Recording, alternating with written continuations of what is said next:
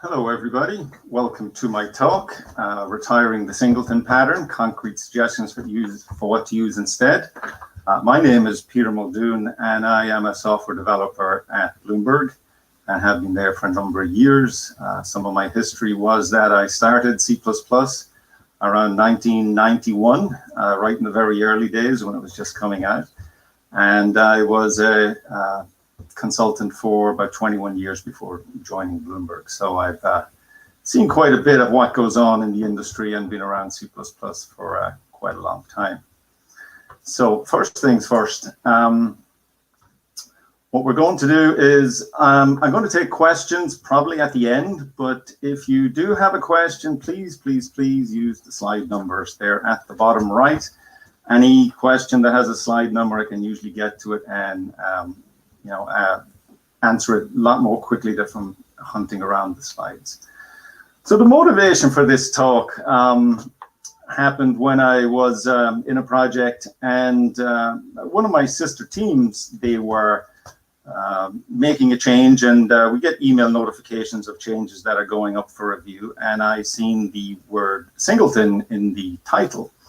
This kind of caused me to stop for a moment and say, why would we introduce a Singleton? And when I looked, it said, Singleton has been introduced to improve efficiency. So I was just a short walk over to the guy who did the change, and I asked him, why did you put a Singleton in? And it was like, this is a really good thing to do. It makes things efficient. I'm not creating numbers of these. And when I asked him, Singletons are kind of bad for a number of reasons. It didn't seem to have any traction because it was in a legacy code base. It's okay, it's in a legacy code base. You can maybe be forgiven for that. But within the week, in my own team that I was in, where we were writing brand new code, I noticed one of our developers was writing a Singleton class. Just as I was walking by the desk, I seen Singleton on it. And again, I said, why would you introduce a Singleton in this brand new code base? So, we apparently know better these days. And it again was we're hooking legacy code base into the new software we're writing. And the only way that we can have them do this is by putting a Singleton in, because we can't have them supply all the dependencies and parameters that we have for a brand new interface. So I did ask at that time, can I just take this problem? I'm sure there's got to be a better way of fixing this than, adding Singletons into brand new code. So what I did was I went out onto Google, took a look around, and it seemed to be about half of what I was seeing out there was how to do a Singleton pattern properly. Here's how you do it, tutorials. And about the other half was roughly saying it's a really bad thing and no one should use it. And one of the really good talks I came across was one by a guy, Mishko Hevery, the Google Clean Code talks. And he talked about how Singletons introduced global state and how it led to a form of code insanity, in that you can do the exact same thing but get different results. And you've no idea why. There's spooky action at a distance, and what are we going to do about that? So kept on looking around, and I found this conversation in Stack Overflow, which was, what is so bad about Singletons? And some guy who hadn't, I guess, been doing C++ very long had said, I found the Singleton pattern, I see how it's used, but everybody keeps saying not to use it. Why is that? And there was a lot of people saying you shouldn't use it, it's bad. But this sentence that jumped out at me, the worst part of this whole topic is that the people who hate Singletons rarely give concrete suggestions for what to use instead. And it's true. I see no example of how you can do something different and get away from using a Singleton. So this is why I decided to go ahead, dig up a way of doing this, and see where it got me. All right. Now, when I say a concrete suggestion, I actually mean a practical suggestion. In the Clean Code Talks, one of the audience asked, I have a widget on screen that carries error messages. Every place needs it. How would I get around not using a Singleton? And really, it was like you need to refactor the whole code base to not use a singleton, but no real hows. And I think when you say refactor a whole code base, it's not very practical. I'm actually in a project right now where we're rewriting an application, and we're 3 years in. So I wanted to give advice that would be usable in a week, 2 weeks maybe. So the talk outline, I'm going to go over this very briefly because I have a lot to get through. We're going to take a look at the singleton pattern just to refresh our memories what it is, or who hasn't seen it before can get an idea of what we're talking about. And then we're going to take an example function. And this example function is very close to what was my first attempt at getting rid of a singleton. And we're going to do it in a way that the users of your function do not need to modify their code. At least they don't need to modify it right away. And I found when I did this, there was a lot of real world problems. It sounded pretty simple from the get-go, but you have non-copyable types, delayed construction, phase introduction, initialization orders, dependency groupings. These are all real world problems I came across, and I'm going to show you how I got out of those particular holes that were dug. And then at the end, we're going to look at some of the covered topics and questions. All right, so let's get to it. So first of all, here is the classical singleton pattern. The notable characteristics of this singleton pattern is that there is a single global instance of this type. Its copy constructors, assignment operators are either private or deleted, so no one outside this class can call them. And there's a single globally accessible method that gives you a singleton pointer back. That's the instance method. There is no way of creating a second singleton, which I guess is kind of the point. Some of the problems with having a single global instance is it holds the global state for the program lifetime. All right, there's no creating this singleton for a test and then throwing it away and creating a new one to try another test. That's all out the window. The initialization is out of your control. Right, you can't do any of this, and because of that, these things are opaque to testing, unless you do some fairly dicey stuff like put in backdoors or define private as public, stuff like this. Also, you find a lot of times in these singleton patterns, there's an init function that's again global, and the idea there is that will be called at main, and maybe it will set up some of the internals to make this thing work properly. But you have to know about it, and you have to know to call it before you do anything else. There's nothing explicitly saying that needs to be done. So the drawbacks of a singleton, these are kind of well known. They act as hidden dependencies and functions that use them because I can just reach for that instance function from anywhere. There's no apparent evidence looking at header files that there's a singleton in there. And because of that, there is no dependency injection for testing. So these things tend to not get tested, or they're sent off for systems testing only. So your QA department does it. The initialization, again, out of your control. You can ask for instance, and that's all you can do. Multiple runs will yield different results because state is inside of that. And not only is state inside your singleton, but any other class that you create, anything else you touch in there that holds state, it's transitive, will also hold, have that state inside of it that will make your results differ. These singletons, once used by, and they were used a lot in the early days when the Gang of Four gave them legitimacy by stating it as a design pattern. They're usually in groups. There's a lot of them in the code. Legacy code in particular is generally riddled with these things as the code grew organically. And again, the state is tied to program lifetime. Function calls generally will have to be made in a particular order. I know when I first joined Bloomberg, I went to get some data in an object I had, and nothing came back. And I asked around in my group, and it was like, oh yes, you must put an init call in the main, and then another call has to happen someplace else to actually put data in there for you to get it. None of this is annotated in the interface. None of this is easy to find unless you go and look at the implementation. So you might ask, with all of these drawbacks, why on earth would anyone use a singleton? Well, they're darn handy, that's why. If I'm in a code base where I'm down at the bottom of a 30 layer call stack, and all of a sudden I find I need something, I don't know, to send data out on an MQ.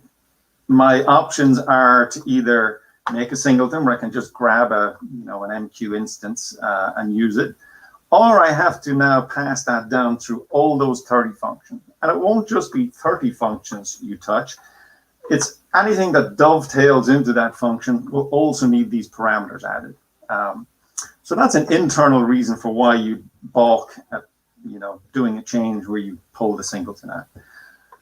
Another reason is externally, other groups may be using your library. They're either linking into it or you're shipping them a shared library. They're calling into your API.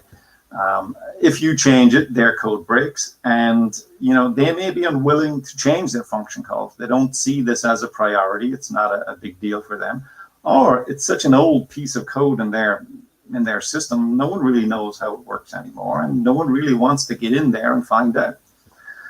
And lastly, efficiency. I only create one of them and reuse it. I would maintain if you only need one of them, only create one of them and reuse it yourself. All right, so the point of a singleton should not be to grant global access to any particular value or data that you're looking to get control of, but to control instantiation of a type. And although this is pounded on by the proponents of singletons, they're a good pattern. They're just not used properly. However, it's frequently misused to just get easy access to global data. So now I have a quiz, and my volunteer partner is going to put a question in Q&A, and I'm going to ask you, is various things singletons or not? So first I'm going to show you is I have a limits file. And in that header file, I have this external int that's a throttle limit.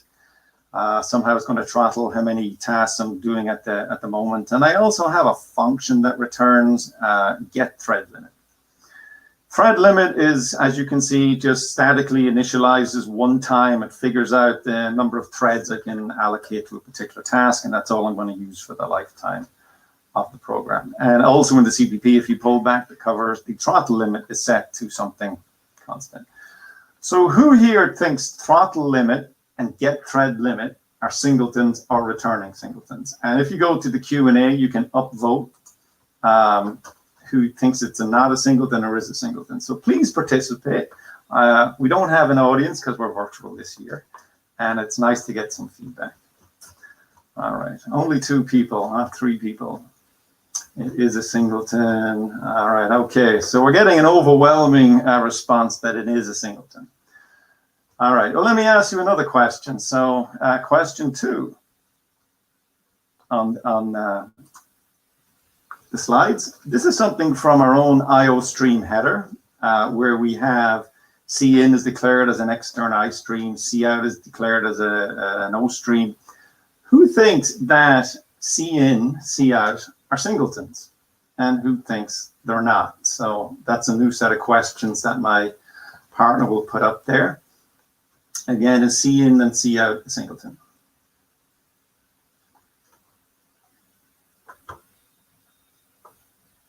Alrighty, I'll call time on that. You can stop voting. Fernando, you can take the questions off the Q&A. So in actual fact, none of these are singletons, and I will explain briefly why. So throttle limit is an int.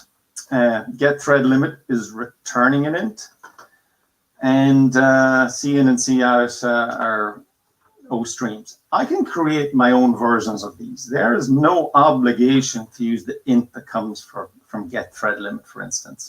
So if I have a class that I'm dropping the get thread limit into, I could essentially, mock that out by just saying, hey, we're taking the int from someplace else and dropping it in. So I'm free to roll my own and use them. I do not have to use the int that comes back from the thread limit. So there is multiple ints running around. Anything that takes an old stream, I can create my own streams. They're mockable. You can create more of them. A singleton has only that one instance that you can get from the instance method. All right, so I'm going to move ahead. Send data. This is a function pretty close to one of the original functions I came up against, and it had a singleton buried down in it where a data was passed in. It had all kinds of information in it, which I knew. A request was created internally inside of the send data function, and the program did a lot of transformation, getting data from other places, concatenation, you name it. But it took data from the data structure and from other sources and cobbled them together in the request. And then it called this com singleton instance. That's with the request. Now, if I was to look at this diagrammatically, what I have is a send data function that takes data in, but has, like two outputs. So we have the response coming out that says, it went well, it worked, it didn't work, but we also have a request being sent. And even though the response might say it worked, I need to know, is the request proper? So how do I get my hands on this? All right. So let me see if I can get Singleton out of here, get some dependency injection going. But the way I'm going to do it is I'm going to have some requirements, right? So the first requirement will be the function has to be at least source compatible. That means any of the current callers of my send data function, they're not going to have to do anything. The change will be transparent, although they can make a change if they want to. I want to express the involvement of outside agencies. As Mishko Hevery said, functions with singletons are pathological liars. They make you think one thing when another thing is going on. So I'd like to say to some, in the header file, there is some agency here that's using to send this request out. And then the big thing is, given that I have this, I would like to have dependency injection for the testing. That's going to make the code more reliable. I'm going to be more confident when changes are made in data transformation going forward. So here was my first crack at this. We take the com singleton and we add it as an explicit dependency in the header. So now it's a two-parameter function. But even though it's a two-parameter function, my single parameter callers who just give me the data function are oblivious, right? I'm going to just still fill in by default the singleton itself, and then down in the function I'll use it. So it's not bad, but how have we done as far as our minimum requirements go? Well, the new function is source compatible. Anyone can call it with a single data value. It does express the involvement of an outside agency. Anyone can look at the header now and say, okay, there is something here that's doing ascending once this data is prepared. But I do not have dependency injection.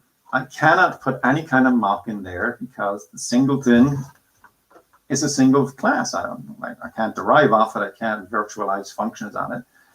So I'm stuck. So what will I do? Well, let me go back to, I'm going to create a com wrapper class to replace this singleton. Now, what am I going to do? This is not really going to be any new code, more like purloining the code that's in the current singleton. So what I'm going to do is say the constructor is going to have all the initialization code in it. So whatever was in an init call, or if it's in the instance call that constructed and set up the proper data inside of it, that's going to all happen in the constructor. Now, in the send function, I'm just going to lift all the operations that were there in the send function, drop them in the send function of my com wrapper. Once I've done this, I can essentially throw away the singleton. I don't really need it anymore in my class or in my function. I have here a TCP client. That's just there because I actually had one in the function I was trying to get rid of, and these are not copyable. So this is going to cause me problems down the road. Now I'm also going to put this in the header file. So this is a statically created instance of the com wrapper. I am going to need this for when other people won't drop their own com wrapper in. So this will give me a default dependency. And again, who here thinks this is a singleton? We're not going to go to Q&A for this, but do you think com wrapper com is a singleton? Well, it's not, right? it's a single instance of ComWrapper, but you're under no obligation to use it. You can create your own, and I would actually hope you would create your own. This is just for the people who I can't convince or will not create their own. So now let me go back and see what happens on my send data function. So now I have a ComWrapper reference being dropped in. You see this in the header, declaration. And I'm going to give it a default of that statically initialized ComWrapper that's in service com. Again, this makes it transparent to users of my code. They don't have to come in and say, oh, you've broken my code. I have to do this ComWrapper. What is this new thing? We don't want to do it. Okay, I'll make it easy for you. And then the rest of the function is just as before. So I do all my transformation of data. And now I have the send at the bottom to send the request out. However, have we got dependency injection here? And the answer is no, because I can only drop a ComWrapper in. And if I drop a ComWrapper in, it's only going to call the send function, which is actually going to send. So again, I can't get my hands on that internally filled request. But the fix for that is pretty easy, right? All we have to do is put a virtual on the send method, give myself dispatch, a runtime dispatch, and now anything that inherits from ComWrapper will be able to overload the send, and that's going to be key as far as dependency injection goes.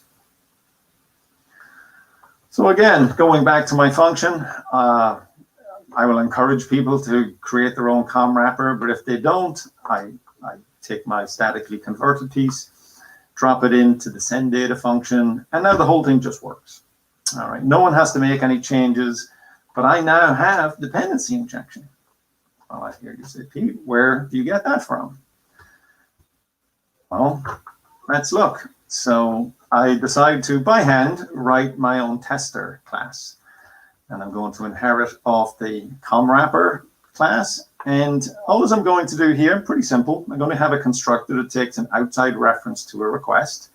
I'm going to hold that request inside the class. And then anything that calls the send method on this is going to just capture that request, copy it into whatever request was passed into me, and then I'll return a regular response. So now in my test send data function, I can create myself a data record, populate it with known values. Here I've just done the ID, but I could do a lot more. And now when I create my com tester, I'm just going to drop in the request, which will be inside a reference to this local variable, and I call the send data. The send data goes through its thousands of lines of permutating of data, putting it all together, and it will now be copied into my rec. And because of that, I can now do verification of what's in the request. So here I just check that the sender ID and the request is the same as the request ID. But I could do this for basically anything. The whole request becomes open for testing and examination. Now, in my group and across a fair part of Bloomberg, we use gtest. And using gtest, I don't have to roll my own testers. All I'll do is I'll create a mock client from the ComWrapper, and I'll say, look, there is a mock method that takes one argument. It's called send, and the signature is it takes a const request reference and returns a response. It'll look very much like before. The only difference is that I can now put an expectation on the calls to my mock client. And here I can say, if you look at the expect call, I'm going to have this A client. It will be called with a single argument. And once that is called, I want you to save that argument into the request and just return a default response. And again, I call my send data function with this data record. It goes in through all the data permutation, and my mock client will copy it out. And again, I have full access to what's in there. So what I've done now is I've traded a opaque to testing function for something that is much more testable. I get to sleep better at night. So I use a virtual function there, and in modern C++, virtual functions seem to be more frowned upon these days. So I was asked, what if I wanted to do it in a modern C++? Well, That's pretty easy. All I need to do is declare a stud function that again takes the same kind of signature as my comms wrapper has. So here I'm just going to take a response that should be a const request reference. And then in the header file, I'm just going to say the send data has a comms func called comms. And again, I can default it to the exact same thing as before. So again, my callers don't see any difference in this function. The call to send data now takes two parameters in the actual definition, right? But we've taken care of that in the declaration.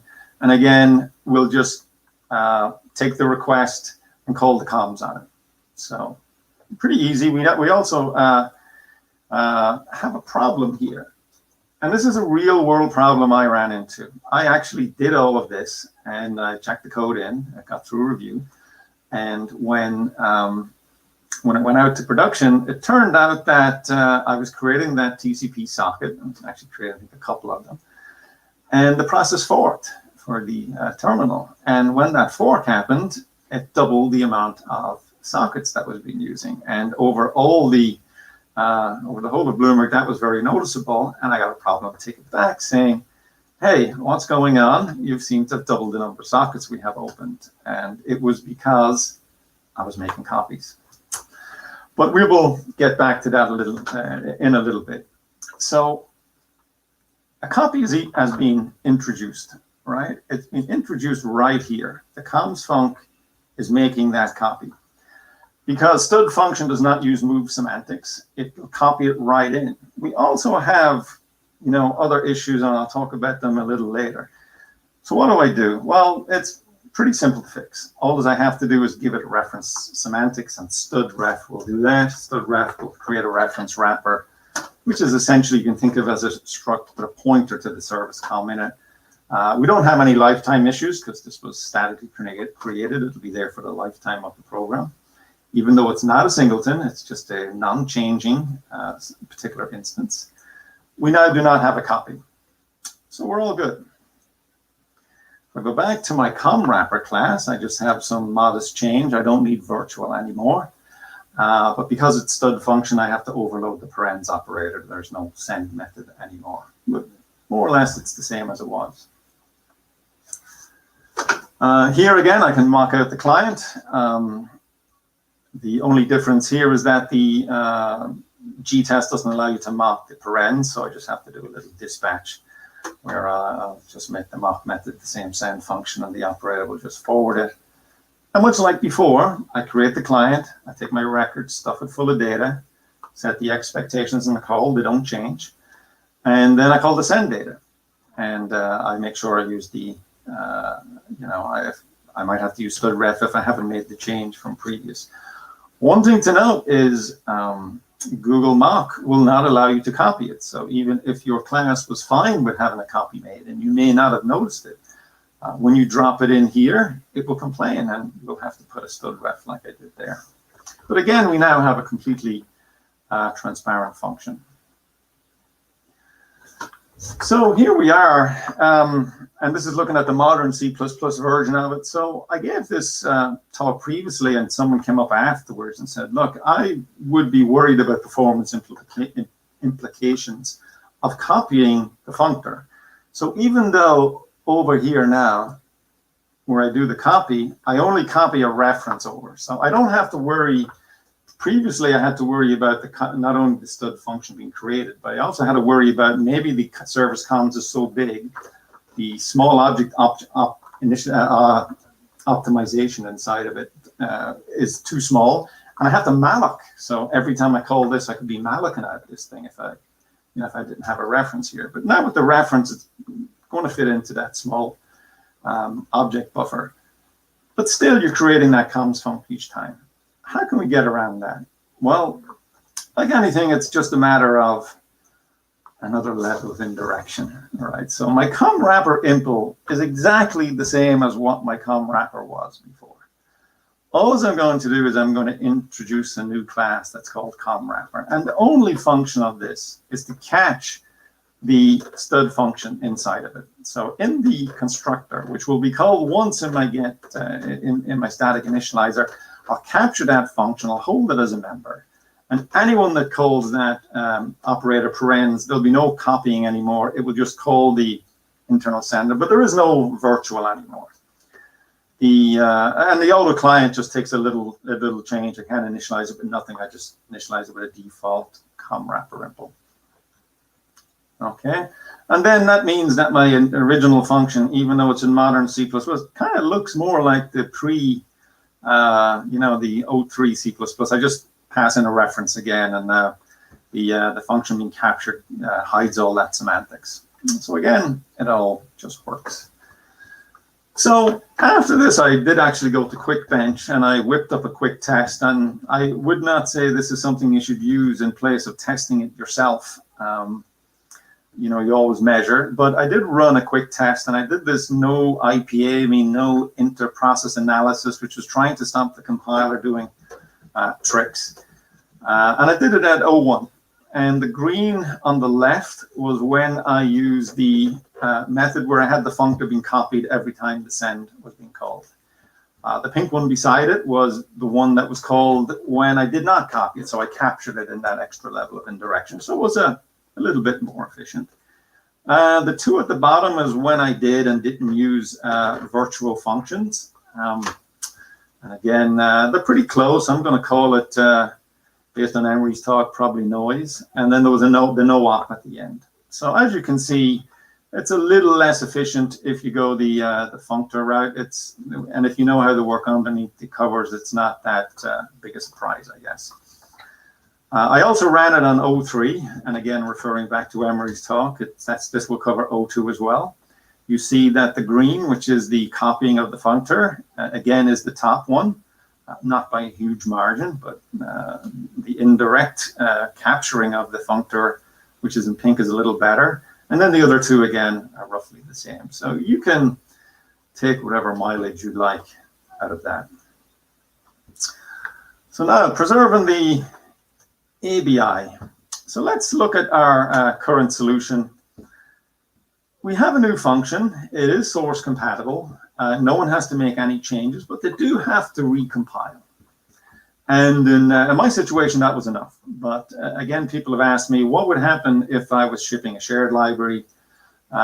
People are not recompiling every time a new library build is made. Well, then I have to keep this, the function signature stable. And if you look up on the processor.h, my adding an optional argument will definitely have affected the name mangling. This will break any shared object that you might have had previously.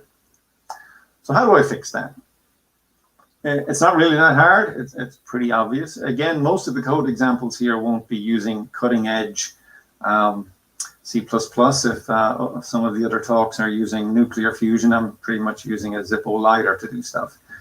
So here, all I'm going to do is say, instead of changing the interface of the function, I'm going to leave the function interface stable. I'm going to create two functions. I'm going to overload it.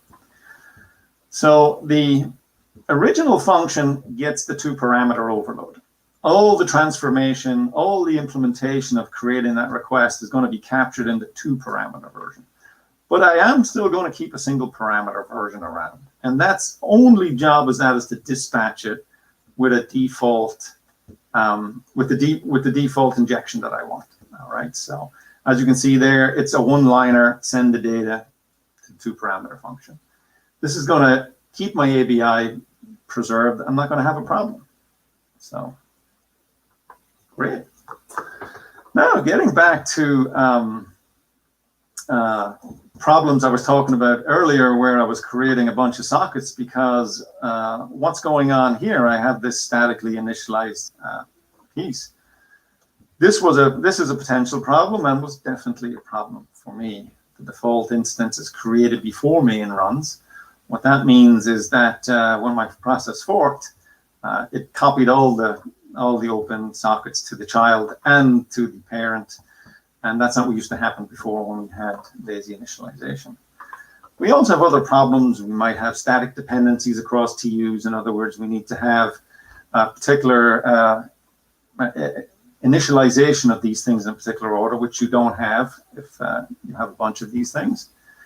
And this thing can happen, you need initialization probably prior to code being usable. So these are all problems I came across. And again, I just took the trick from the regular Singleton method, where I just said, okay, let's use lazy initialization, because that's going to get me the same thing they had, which is I don't create it till I need it. So again, in pre-C++, and most examples have pre and post, because I think this is more applicable to legacy code bases, but I have seen it in modern code bases, and you know, you can take your pick of which one you're able to use. So in pre-C++ 11, here's how you would do it. You would just create a static pointer, set it to null, and then I have this get default. And this get default has a compiler do once macro in it. And if anyone wants to know what compiler do once does, it just does a thing once and once only. Prior to C++ 11, this was compiler specific, so I can't give you exactly. And it uses a thing called double check locking. So you could slap a mutex in there, but you would hit the mutex when you needed it the first time when it's been set up, and then you're hitting it every time after that, even though, which is the vast majority of usage, and that's a performance hit. So they had this double check locking where you would check the com wrapper pointer beforehand to make sure it's not being set before you try and acquire the mutex, and then you check a second time. But anyhow, this is just a way to make sure com wrapper is initialized once and once only in a multi-threaded environment. Okay, and if you have modern C++, things become a little easier. They standardized what having a static instance inside a function will use double check locking correctly. And all I'm going to do here is in my get default comms, I'm going to say create me a static version of this client and return it. Okay, now who here thinks this is a singleton? All right, the get default comms is returning a singleton. Who thinks? Because this is maybe a confusing to people. So nothing returns a singleton here. It's a com wrapper. And again, you're free to use your own com wrapper. You can't, it's not just my version. I'm creating a version for the people who are unwilling to create their own version. All right, so it's not a singleton. So with lazy initialization, in my dispatch function, my regular 2-parameter function doesn't change at all. In my dispatch function, instead of using a statically initialized version, I do this call to get default comms. And this means that the first person to call it, it sets it up. Everybody else just gets whatever was the instance when you call the single parameter only, not when you call the 2-parameter version. All right, so let's take a look at what we have done. So we've done something that I think is quite remarkable, even though it is maybe using simple coding techniques. We have taken a function that had hidden side effects. In this case, it was a singleton setting out the request. And we've done something to it. We've said, look, I create a function with a dependency in it, which is what I wish I had originally, but I don't. So this is kind of retrofitting. But I now have the exact function I wanted originally. It's got dependency injection. I can test it. I can set up a bunch of unit tests. I have confidence this function works now.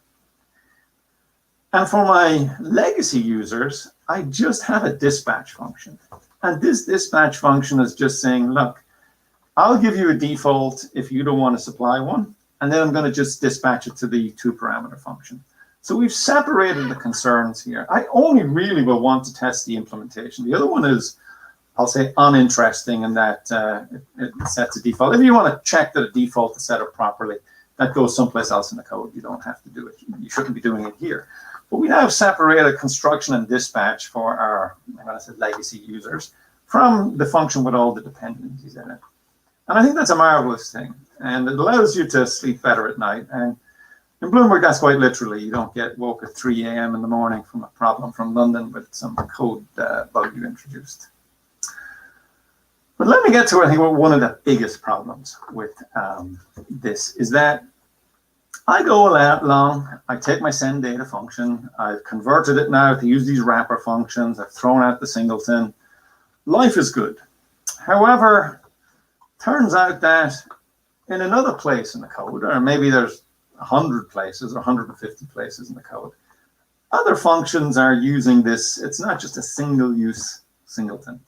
So other places are using this. In this case, we have another xData function. It takes a different type of data, but that gets transformed differently into a request and sent by the com singleton to wherever it needs to go, which will handle it and return a value. Now, fair enough, it's one place this is happening, but this might be happening in hundreds of places. And in fact, I showed this to a colleague, and actually he showed it to me where he had this exact problem. And he was like, I'd love to use this pattern, but I can't really use it. I mean, the only way I could use it if I have the get default comms return the com singleton instance, which seems to be kind of redundant. You know, I mean, I guess if I do them all, eventually I can do it, but it really is not something I'm willing to do. It's too big a lift, and this becomes a real problem in legacy code. You try to do a localized change, but stuff is just not coupled properly. And, you know, you would have to go and touch the whole code base. And I'm looking to touch 3 files, not 300. So what can I do? Excuse me. Well, if I come back to the com singleton, here's our singleton pattern. It's been upgraded in O3 to handle multi-threaded with the do once. But what if I was, well, you see elsewhere at the very bottom of that slide, this is how people call singletons. They call the instance and then the method directly. They don't save the pointer off. It's just so darn handy you can call it this way. So what if I was to change the singleton from returning itself to returning my default comms wrapper?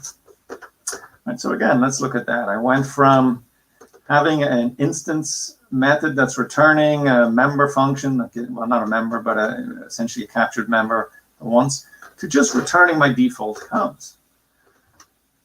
If you look at the bottom elsewhere, people won't notice the difference. Com singleton instance, when it calls to send, will just work. And this is really nice, right? What it means now is in my send data function, I have dependency injection. I can test it, sleep well at night. But in the 150 other places that singleton is being used, I can just leave it as is. Now, there won't be dependency injection there, but it's ripe for dependency injection when someone gets around to doing it, which maybe never. And if that's the case, okay, maybe you can live with that. And then I just want to, and I haven't been checking the chat, but I just want to make sure that we include slide numbers. There will be an AMA session after this for questions if I don't get to answer them within the hour. But please include the slide numbers. Now, when I have the traditional singleton approach, there is generally not going to be a single singleton. You can probably count yourself blessed if that is the case. What happens is a singleton will usually reach out to another singleton. And here I have a comms, and it's going to reach out to a cache for some reason. This cache reaches out to a DB singleton. And this DB singleton gives it persistence or wherever. It doesn't really matter. So I now have a dependency that is, I'm going to call it length or on the x-axis. What am I going to do? Well, currently what happens in main, I have to call these bunch of init functions, because if I try and do a com function without a cache with a DB, I don't, at best it blows up, in which case I'll know the problem pretty quickly. Or at worst, it somehow corrupts and doesn't work properly. Oh, but look, I made a mistake here. I actually got the order of initialization wrong, right? I created the com singleton first when I must create the least dependent one, or initialize the least dependent one first. So really, I should have done it this way. And this is just the exact problem you face. And you know, you have to know the voodoo or the magic incantations in the main that sets all these things up. So what if we were to go a different way? So the DB wrapper has no dependencies. It's already covered. But let's look at the cache wrapper, which needs a database wrapper set up. So I'm going to take my database wrapper and make it an explicit dependency of a cache wrapper. You can't create the cache wrapper without the DB wrapper. All right. And we still have the save function. The comms wrapper, again, has a dependency on a cache wrapper. We'll make that explicit. So we'll put that in the constructor. The cache is dropped into the com wrapper. You can't create it without one. So the cache wrapper would have to be initialized. And let's see how that's going to work. So in my get default comms, I say, okay, there's a static comms wrapper, but it does need a default cache. So I'm going to call a get default cache function while I'm trying to construct my comm wrapper. That goes to the get default cache. That tries to create a cache wrapper, which must provide a DB. So that calls a get default DB. And then I have the get default DB. So the cache says, okay, I need one of these to get, the database wrapper has no dependencies. So it creates the wrapper.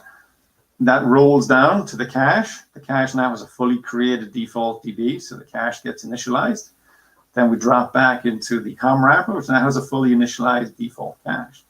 So what we have done is we have swapped out using a particular hidden recipe in main to explicit dependencies based on the constructors. So the constructors will ensure it's done in the correct order. So great, it's going to be hard to misuse now. You're not going to be able to create a comms wrapper without the other things being initialized because you're just not going to be allowed. The language will take care of it for you. So how do we mock these things? Pretty simple. All we do is we create inherited mocks from all of these that take the same kind of mock methods. Again, I'm going to create the various, like the mock DB client. Then I'm going to create the mock cache client and pass them my mock DB in. I'm going to create a mock com client, pass the mock cache in. So now that whole dependency is all set up. Again, I'll set my expectations. I can have 3 different request types depending on, I keep them the same here just to fit on the slide. But as you see, I can set my expectations. And when I call the send data call, the com client is going to reach in there, hit my mock, and my mock is going to take each of these and put them in the right spot. So it all just works for me, which is great. And then when I come out, I'm now able to interrogate the com request. I can actually interrogate the intermediate request if I want as well. So I have a fully testable system from something that was hard to use to something that's hard to misuse.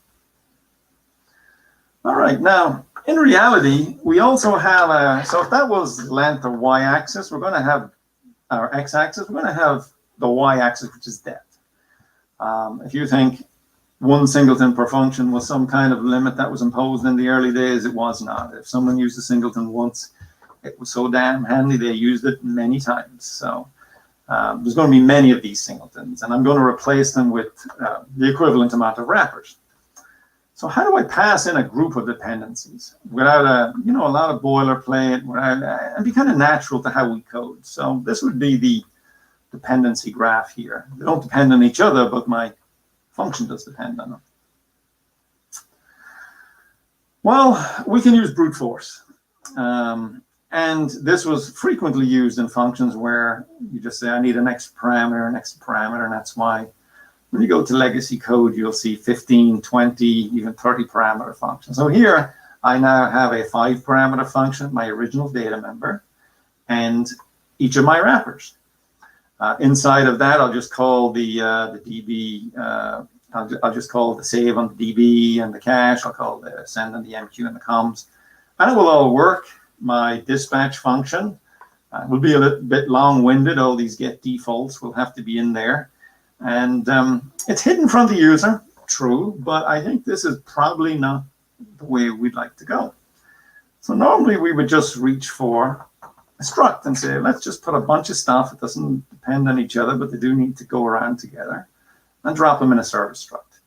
And then instead of having a bunch of get this, get that, just have a get default services, which says, hey, create me a services, which will have one of the wrappers, per operation in it, and use it.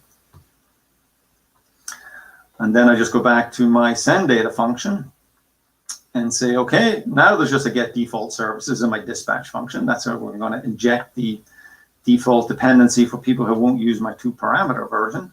And then in 2 parameter version, I just call the saves and sends as needed.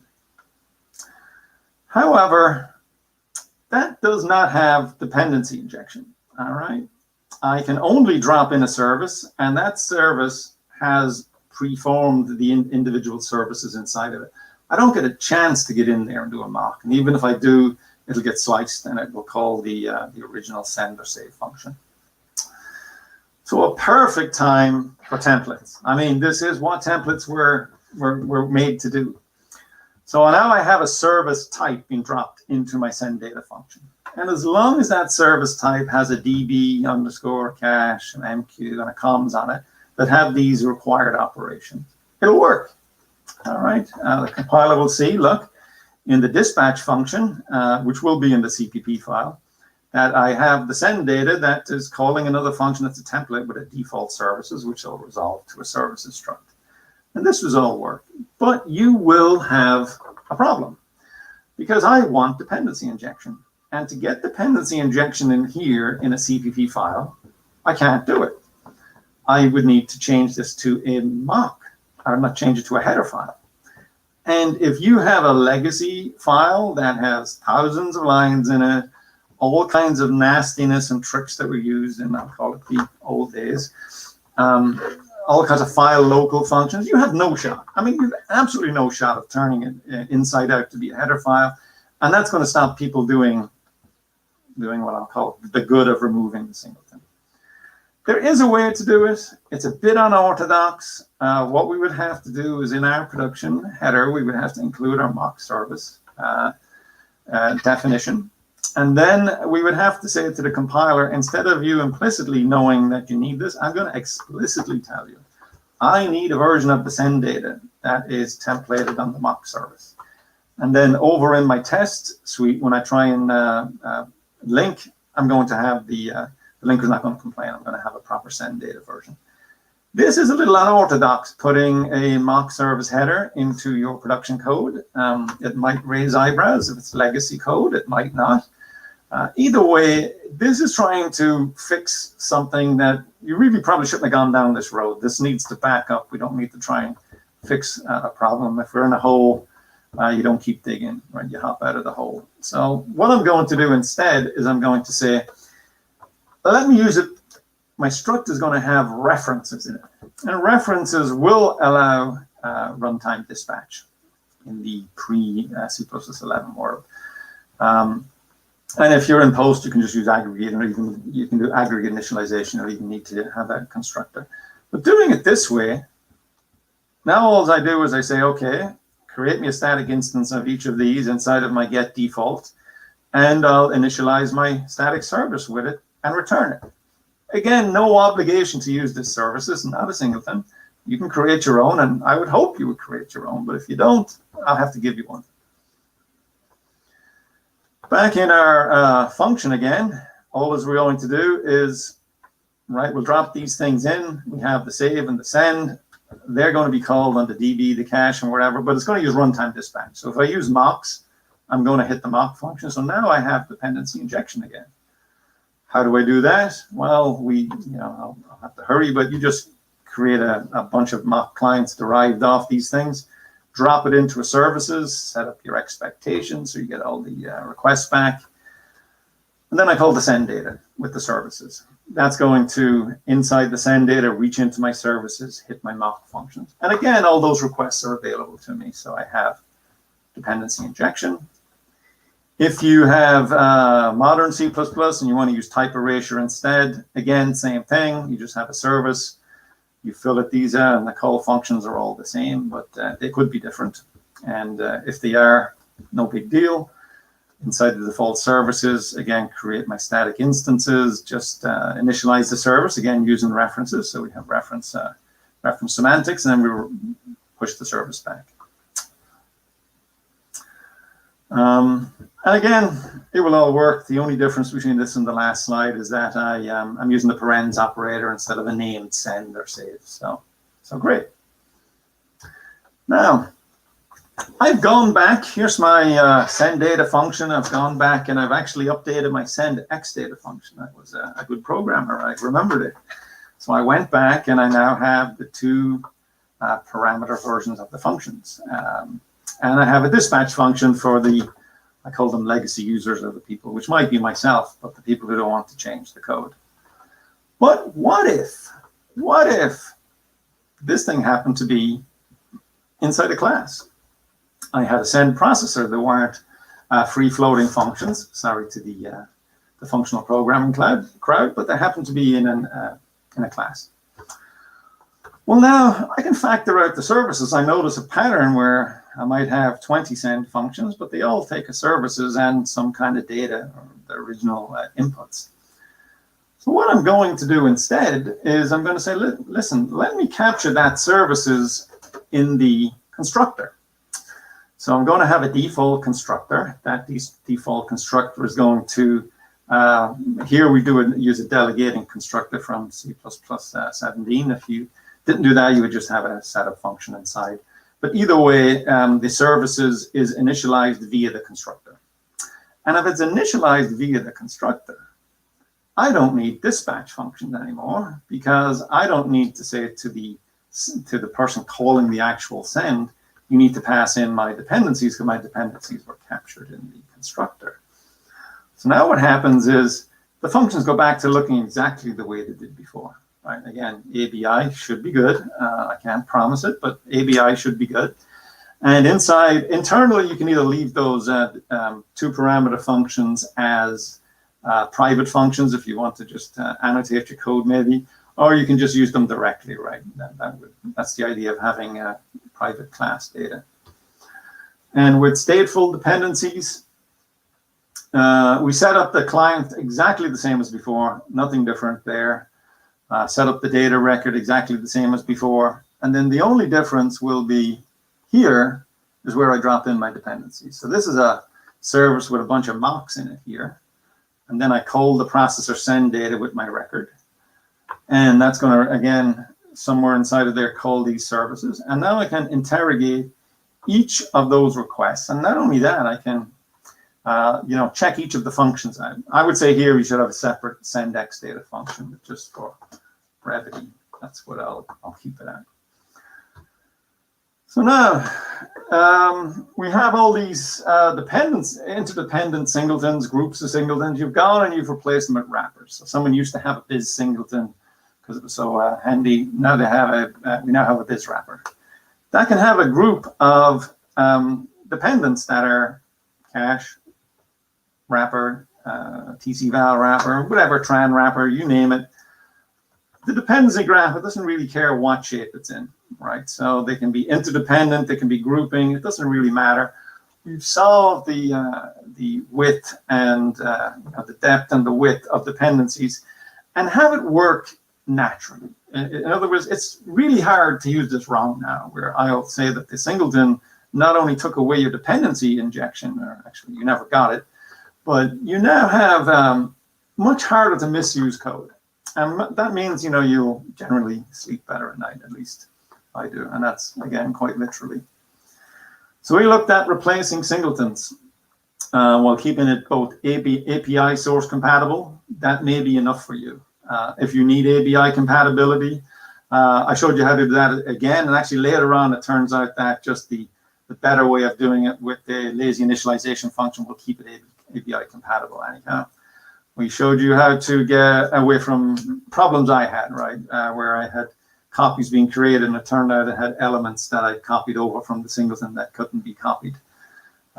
Delayed initialization, again, that was a little embarrassing. And the phased introduction, I think that's a big one. That's one where it allows a person to take a bite-sized chunk out of this problem instead of having to take the whole global singleton use into account. And again, using features of the language, pretty standard. We can have the initialization of interdependent singletons mandatory now. Because it's interdependent wrappers that use constructors, it's going to just work for you. You can't use it wrong. The grouping of multiple dependencies, again, we can put the wrappers together very naturally, so we don't flood a signature with a bunch of extra arguments. And in the end, we talked about stateful. If you're using classes, you can actually, it turns out that only the constructor even needs to be touched, and that's, that's a great thing. We did all that, and we created testable code. And testable code is to me, the big win here. If you've been relying on a QA group or something else, it's a very long feedback loop from there's a problem, go fix it. There's a problem, go fix it. If you have testable code, you catch the vast majority of those in, when you're writing them. And if you do find a new problem, you update the test, it highlights the problem, and then we never see that problem again. At least we shouldn't. So how has this worked out? Well, it's worked out pretty good. What's happened is that when I originally was just telling people about doing this and showing them, my take on doing it, people started using it. Even that first one where you drop the singleton in explicitly, I've seen people doing it, even though to me that's far short, but at least it's adding expressiveness to the code, and the uptake was pretty good. And as I've said, as I've given this to wider and wider audiences, I've had people come back and ask me, hey, how would I do it for this and how would I do it for that? And the other thing I just want to finish off, and then we'll get to questions, is that this does not just work for singletons. This works for, let me say, values that roughly don't change through the life of the program. I had just a dependency that was hard-coded into a function to do with metrics. So we have timing and duration and counts, and it had a char function that said this is the metric I'm measuring. But then it turned out we had to run it in various environments and legacy, and both in prod. And now you needed a context, and that was always there, but we had hard coded it. To lift that out and make a 2-parameter function would have caused a wholesale change in the code. But I just lifted it out using this pattern. It wasn't a singleton. It was just hard-coded value inside of it, and it works. So, as I say, here is my email, and we will now go on to questions. I will say we're having an AMA session, so this video is not going to cut out. If you're on YouTube, it probably will, but you can also, I will check back in the comments periodically if you want to leave questions, or you can contact me directly on Bloomberg.net email there. Okay, so that wraps up my talk. I am now going to pop over to my Remo and see what the top questions are. It sounds like the major drawbacks of singletons have to do with mutable state. Are there any drawbacks associated with a singleton with immutable state? I would say yes, you don't have dependency injection. Right, so if you're looking at something and you say, well, this is something that's set up at the beginning and never changes. Well, that's true for the life of your program, but maybe your testing environment, you're saying, well, there's 3 different ways my program is brought up, and in these 3 different ways, my singleton sets up 3 different, three different ways. So I think that's probably a big thing when you can't test these things. Next, are there any good use cases for using singleton? That's an entrapment question. There are times where, so my major problem with singletons is when they're used in the lower level functions. So like right down at the bottom of your call stack, you have, I need to use, a singleton, and that's really bad because you probably didn't factor your code right. If you have something that's at the very top level, like a registry, in other words, I'm registering some callbacks, and the program is only ever going to hit this one registry. There, it's at the top level, there's an argument to be made, and there I'm not going to really test out the fact that we have a registry. I'm going to put like essentially mock callbacks in the registry, so you can still test it. But if you introduce a singleton that you can test, you cannot test, then it's bad. And in this day and age, I think we've kind of shown that if you have testable code, you just put out a better product. You don't have to wait for your customers coming back to give you really, embarrassing simple problems that you may have missed. What is going to be the singleton of the future, aka retiring the XXX pattern talk in 10 years? Well, I think the future is here. The replacing of the singleton is done with a wrapper class. I call it wrapper, or you call it whatever you want. You don't have to put wrapper. You can just call it the comms class or whatever, because it's got it's not really wrapping anything. Maybe that's just legacy naming that I unconsciously brought on board. But I think getting rid of singletons, absolutely from low-level code. And if they're at the top level, it should be in a place where they're testable. What is your preferred method of passing multiple dependencies down the function call tree? Do you bundle instances inside a struct or pass as individual arg? Mine is bundling them. I've had what is it? I don't know, it's like almost 30 years, 25 years in C++ since 1991. And I found the growth of arguments in functions where people just add an extra one, a new requirement comes in, add an extra argument, add an extra argument. And you go, well, there's 19 there, what difference does the 20th make? I would say if there's 19 there, why don't you start grouping them up? And I did this in one piece of code. I seen that there was 19 arguments being passed in. And it turned out the only function calling it was a struct, which had 19 members in it. And I was like, why aren't we just passing the struct in? So that was a kind of silly case. But this is what happens over time. Very silly stuff happens. So I would just put them in a struct, and then anything that has the dependencies where they're dependent on each other, they'll just be handled as part of the construction of anything that's in that struct. Do you use CRTP instead of virtual functions on slide 18? Okay, that's the first slide number. Let me get to slide 18.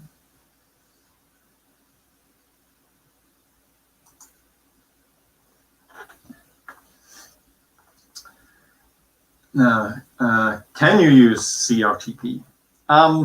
So I did, and I dropped the slide out of here. I did do it using CRTP, but I found problems when I tried to put the dependency injection in. So there's a whole, I'll say a whole set of tricks to not use the virtual function.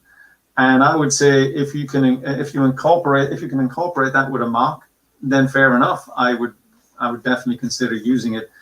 John Kolb gave a talk at Meeting C++ last year. One section of it was, essentially how to avoid using inheritance, stuff that takes the place of inheritance. So by all means, try and use it.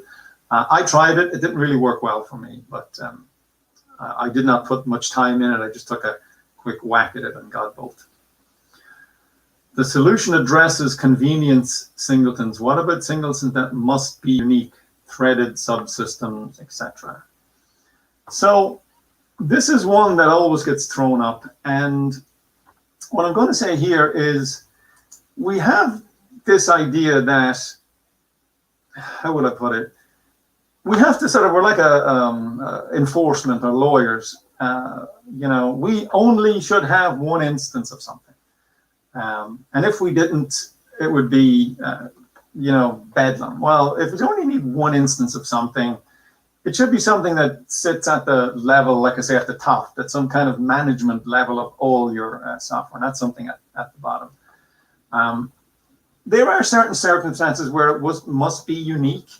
I would then say, where's your dependency injection? Oh, it must be unique. And I think that people think too many times that something should be unique, and it's due to a limited perspective.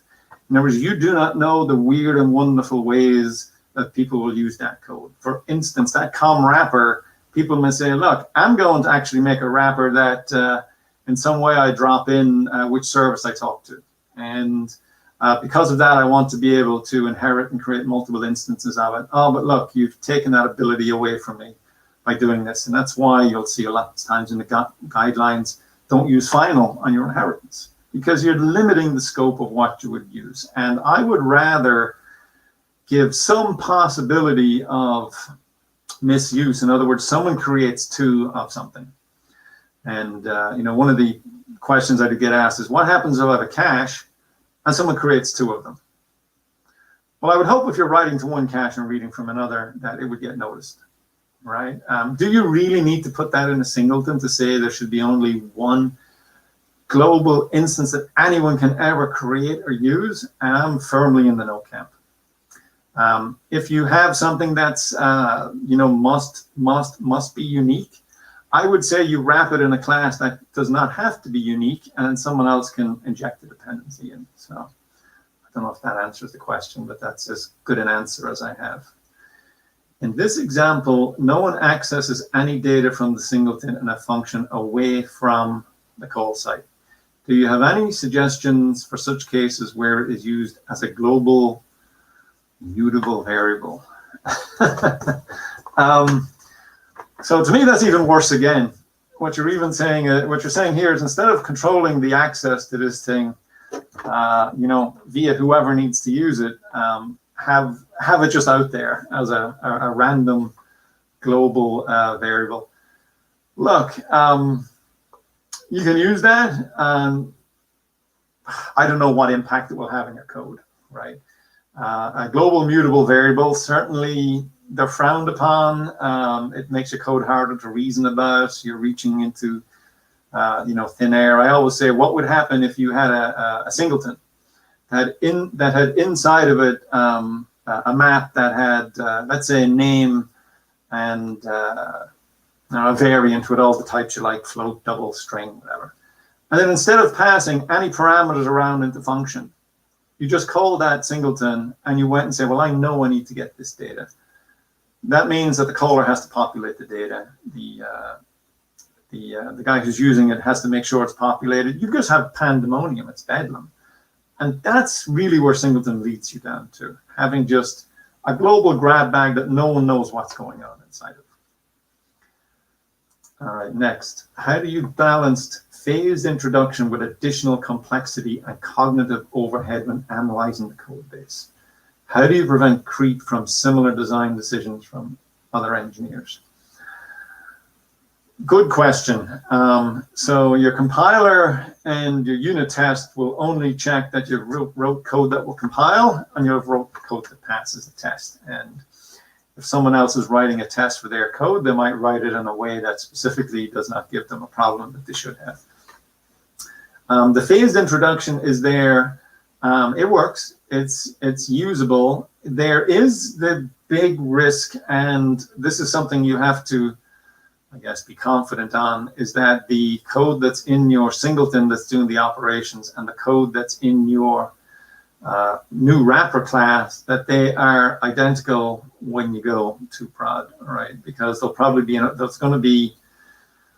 there may be an overlap. And that's why I have the phased introduction. I want to take a singleton out everywhere. So there is no possible overlap. People going to the singleton version instead of mine, some crosstalk happening. And that's why we use the phased pattern. If it's more complex, you guys are bright guys. You'll figure a way to code around it, and hopefully it's done well. And if it's not, your fellow engineers and your fellow reviewers should be able to say, "Hey, assuming they know this pattern that I've been introducing, we want a dependency injection, and we don't want to be doing really dicey tricks of public-private conversions and stuff like this, or adding a whole load of hidden backdoors with comments saying you can only use this in test." These are all red flags, so I would hope the review process would weed these out. All right, how do you maintain ABI compatibility when adding your elements in struct when a new DB or MQ client comes along? That's a good one, and you're right. So I have someone converting over to the new dependency injection call, and then I need to change it. Well, I can give you two answers for this, right? I can put out a bulletin, can everybody change? And hopefully people who've moved already are okay to move again. Add a little, it's not going to be a big code change. But then you would have to introduce, right, let's say the new function which has an extra dependency, have the old one call it, except the last one is default initialized, right? So you just multiply up the pattern. So now I have essentially two dispatch functions and the one function with implementation. But the implementation must reside in the one with the most dependencies being injected. All right. Now, slide 17. Again, I think, am I on 17? Almost.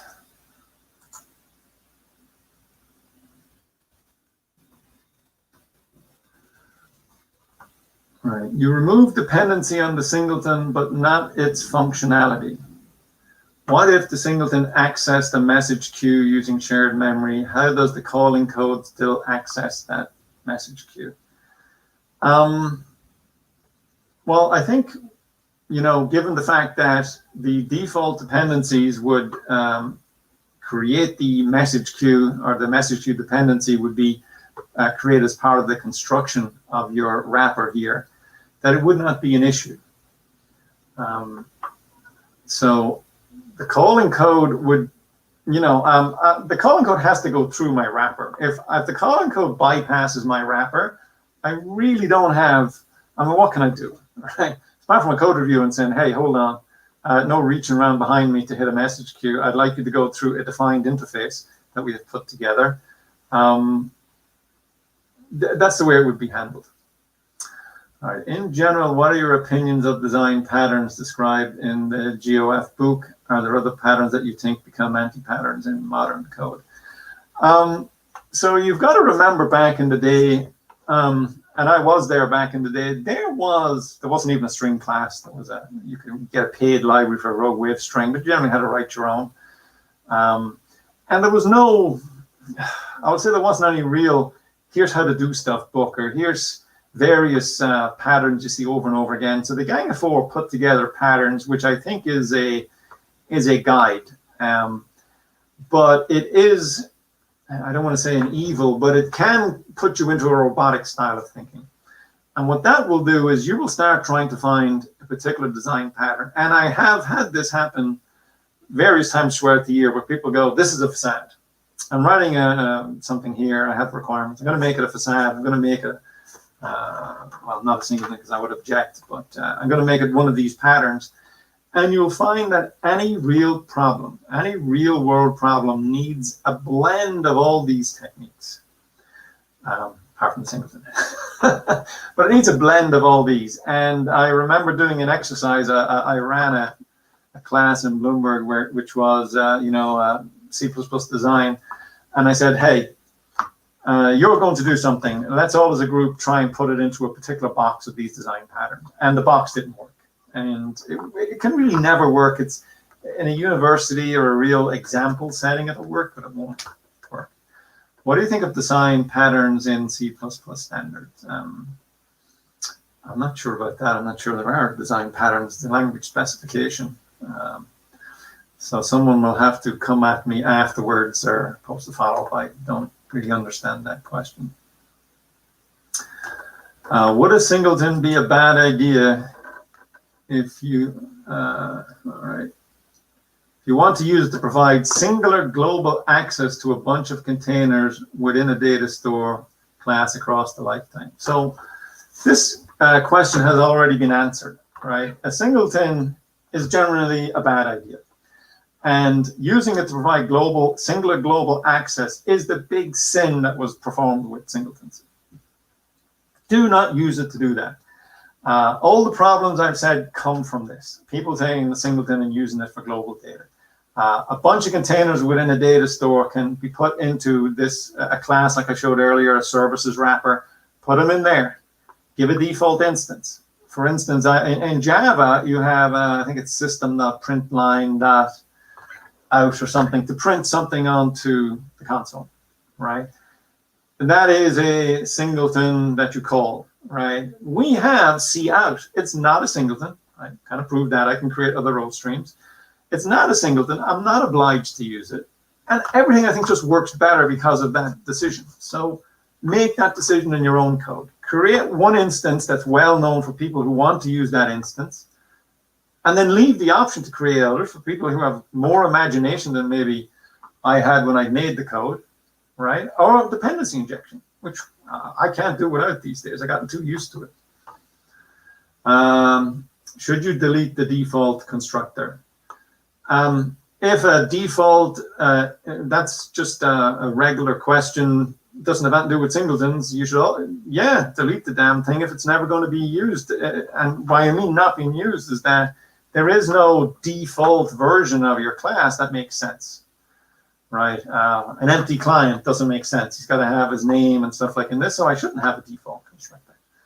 Thoughts on how singleton and multi-threading play together? Well, the thoughts of anything and multi-threading playing together is it's always trickier, right? Concurrency brings a whole new level of complication, and Right now, I'm in a system that's been a very distributed system. In fact, we've wrote our own stateful coroutines that we use. And there's a lot more thinking and a lot more level-headedness that has to go on, because you can get into trouble a lot easier. So anything with multi-threading just becomes complicated. And singletons shouldn't be playing with multi-threading. Like I've said, you should get rid of them, so you don't have to worry about that. I found that our legacy code base using singletons to try to test them by stubbing out concrete classes in unit test. How can we transform hacky unit tests into properly injected ones?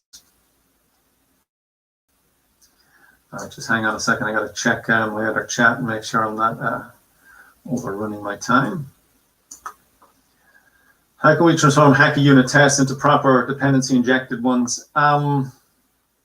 That's just work. I mean, to produce a better unit test, someone's got to have a passion and a flair to go in and use them. And it's not just in when you get rid of singletons. Like I say, I'm in a concurrent code base, and I find in unit tests, people putting in delays will comment, this should allow it long enough for something else to happen.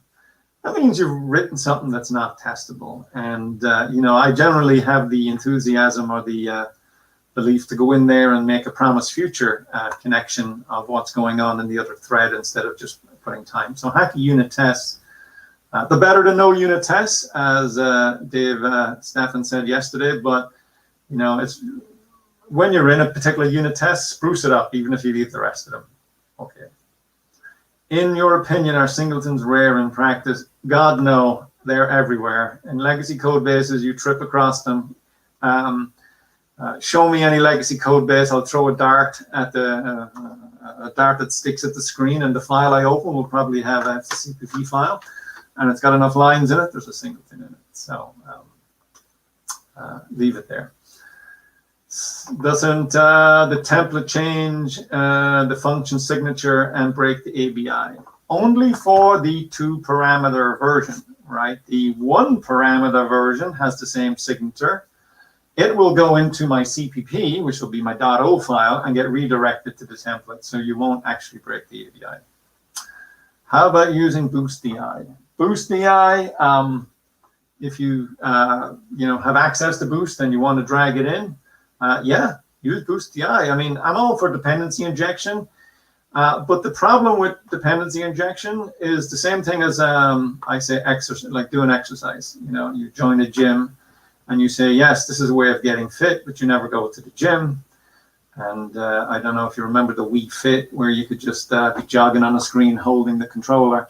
And people would say, oh, they would poo-poo in that. And I would say, well, if that's as much exercise I can get you to do, it's better than nothing. We currently have a singleton that can handle the configuration of our device. Would you suggest having each component handle their own configuration? Definitely. Definitely. And then if you need to, have a well-known spot to pull the configuration out. If it's now, I'm not advocating sticking stuff in a get default function. I'm saying that if it becomes onerous to put the direct dependency injection, in other words, in your main, you now have to drop another parameter into the constructor of a class, then by all means do that. That's the best way to do it. I'm trying to give you stuff here to get around that code that has problems when you try and make a big change.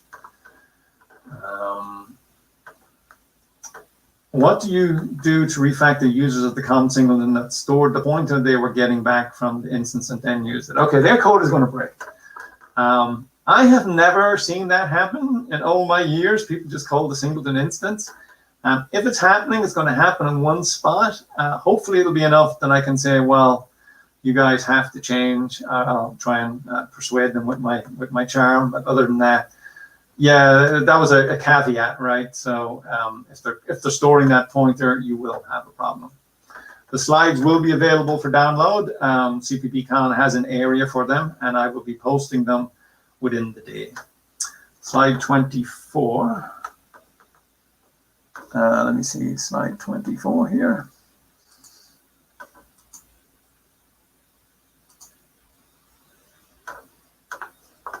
Okay. You can use mock function and also set request expectations directly in the expect call without saving it. Yes, that's probably true. I am not a high technique user of G-test. I use as much as I can get away with, but you get the idea, right? So this is one way to do it. You can do it in a better, more intelligent way. Then please send it to me, because I have less enthusiasm of changing that than changing the singletons. What about the general designed patterns into, okay, so I think that's all the questions. Thank you. Thank you for the questions. You should know that all these questions, after I answer them, usually mean if I ever give this talk again, we'll have a little extra in them. Okay, we currently have a singleton to handle the configuration. Would you suggest? All right, I've already answered that. Yeah, of course. Do each one if you can. And if you can't, well, you know, do as best you can. All right, so that's me done. Thank you for coming to my Ask Anything session. If you have any questions other than that, you can hit me up for it now. Other than that, I do tend to frequent the hallway track. If my camera's not on, you have a good shot of shouting out my name at a table, and I will come and answer any follow-on questions you have. And other than that, thank you for attending my talk. And you know, like I say, go out there and use this advice practically. Don't go out there and write any more singletons. Goodbye. I'll see you on the in the conference.